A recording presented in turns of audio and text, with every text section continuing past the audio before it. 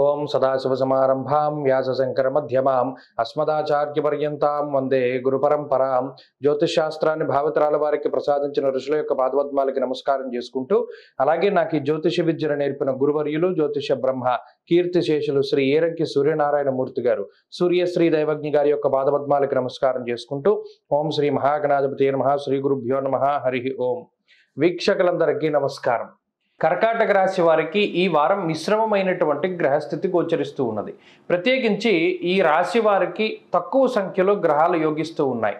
అయితే ఈ వారం లగాయితూ అష్టమ రవి యొక్క దోషం ఈ రాశి వారికి తొలగిపోతుంది. అది ఒక మంచి విషయంగా మనం చెప్పుకోవచ్చును. అయినప్పటికీ అష్టమ కుజుని యొక్క దోషం ప్రారంభమవుతుంది. అయితే అష్టమ కుజుడు ఒక్కరు ఉంటే ఏ విధమైన సమస్య ఉండదు. అదే అష్టమ స్థానంలో శని కూడా ఉన్నారు కాబట్టి ఈ శని కుజుల యొక్క కలయిక ఎప్పుడైతే అష్టమ స్థానంలో ఉంటుందో అప్పుడు చాలా జాగ్రత్తగా వ్యవహరించాలి. ప్రత్యేకించి ఈ వారంలో చేసేటువంటి ప్రయాణాలు, ఖర్చు పెట్టేటువంటి డబ్బు, ఇచ్చేటువంటి మాట, అలాగే ఈ ప్రవర్తించేటువంటి తీరు, ఇవన్నీ కూడా చాలా జాగ్రత్తగా అప్రమత్తంగా చూసుకుంటూ ఉండాలి. ఎందుకంటే శని కుజులు ఇద్దరు కూడా క్రూరమైనటువంటి గ్రహాలు అష్టమ స్థానంలో కలవడం, అందులోనూ అది ఉన్నతాధికారులు కింద పనిచేసేటువంటి వారు ఎవరైతే ఈ రిలేషన్షిప్లో ఉన్నారో కర్కాటక రాశి వారు, ఆ సంబంధ బాంధవ్యాలు పూర్తి స్థాయిలో దెబ్బతినడానికి అవకాశం ఉంటుంది.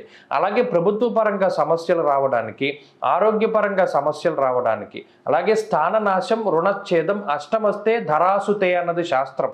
ధరాసుతుడు అంటే కుజుడు. ఎప్పుడైతే ఆయన అష్టమంలో ఉన్నారో స్థాననాశము అనగా ఉన్నటువంటి స్థానాన్ని వదిలిపెట్టి వేరే స్థానంలోకి వెళ్ళడం, ఆఖరికి కనీసం పడుకునే గదినైనా సరే మార్చేస్తాడు. అలా స్థాన భ్రంశాన్ని కలగజేసేటువంటి గ్రహం ఉన్న స్థానాన్ని వదిలిపెట్టి వేరే స్థానంలోకి వెళ్ళి నివాసం చేసేలా చేస్తారు. అలాగే రుణఛేదం అన్నారు. ఎప్పుడూ అప్పు తీసుకునేటువంటి వారి చేతనైనా సరే ఈ కుజుడు అప్పు తీసుకునేటువంటి విధంగా ప్రోత్సహిస్తారు. అంటే ఆ పరిస్థితులను అలా ఆయన క్రియేట్ చేస్తారు. కోపం పెరిగిపోతూ ఉండడము, అలాగే కుజుడు రక్త సంబంధమైనటువంటి గ్రహం కాబట్టి బీపీ ఫ్లక్చువేషన్స్, వెన్ను సంబంధం వ్యాధులు, చర్మ వ్యాధులకి అవకాశాన్ని కల్పిస్తారు. ఇలా ఈ అష్టమంలో ఏర్పడేటువంటి గ్రహ సంపత్తికి కొంత ఈ వారంలో మనం ప్రాధాన్యతను ఇచ్చుకుంటూ ఆ బాధలను తగ్గించుకుంటూ ఉండాలి. అలాగే శుక్రుడు అష్టమంలో కొంత శీతల గ్రహంగా చెప్పచ్చు. శుక్రుడితో పాటుగా చంద్రుడు కూడా యోగిస్తూ ఉన్నారు కాబట్టి కొంతలో కొంత ఈ రెండు గ్రహాలు కాపాడుతూనే ఉంటాయి. మరీ ముఖ్యంగా కావలసినటువంటి సమయానికి అనుకున్నటువంటి పనులు పూర్తవ్వడానికి కావలసినటువంటి శక్తిని ఈ రెండు గ్రహాలు మీకు ఇస్తూ ఉంటాయి. మానసిక ప్రశాంతతని పోగొట్టకుండా చంద్రుడు కాపాడుతూ ఉంటారు. లగ్జరీ పోకుండా శుక్రుడు కాపాడుతూ ఉంటారు. ఈ రెండు విషయాలు మాత్రం ప్రధానంగా మనం గుర్తుపెట్టుకోవచ్చు.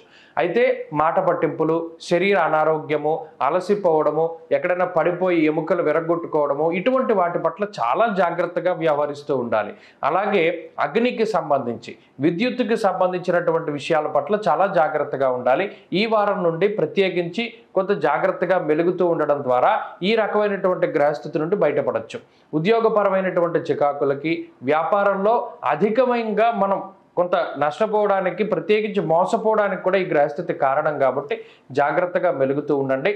విద్యార్థులకి గ్రహస్థితి మిశ్రమంగా ఉన్నది. స్త్రీలకి కూడా ఆరోగ్యపరమైనటువంటి జాగ్రత్త అవసరం.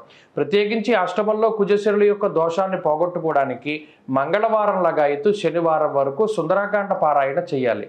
చేసి శనివారం నాడు అప్పాలు నైవేద్యం పెట్టి ఆంజనేయ స్వామికి లేదా ఆంజనేయ స్వామి దేవాలయంలో వాటిని మనం ఇచ్చివేస్తే వాళ్ళు వితరణ చేస్తారు. తత్ఫలితంగా బయటపడడానికి అవకాశం ఉంటుంది. లక్ష్మీ నృసింహ కరావలంబ స్తోత్రాన్ని ప్రత్యేకించి పారాయణ చేయాలి. ఈ వారంలో కలిసి వచ్చేటువంటి రోజు శుక్రవారంగా చెప్పవచ్చును. అదృష్ట సంఖ్య 1, అదృష్ట వర్ణము తెలుపు. తదుపరి సింహరాశి.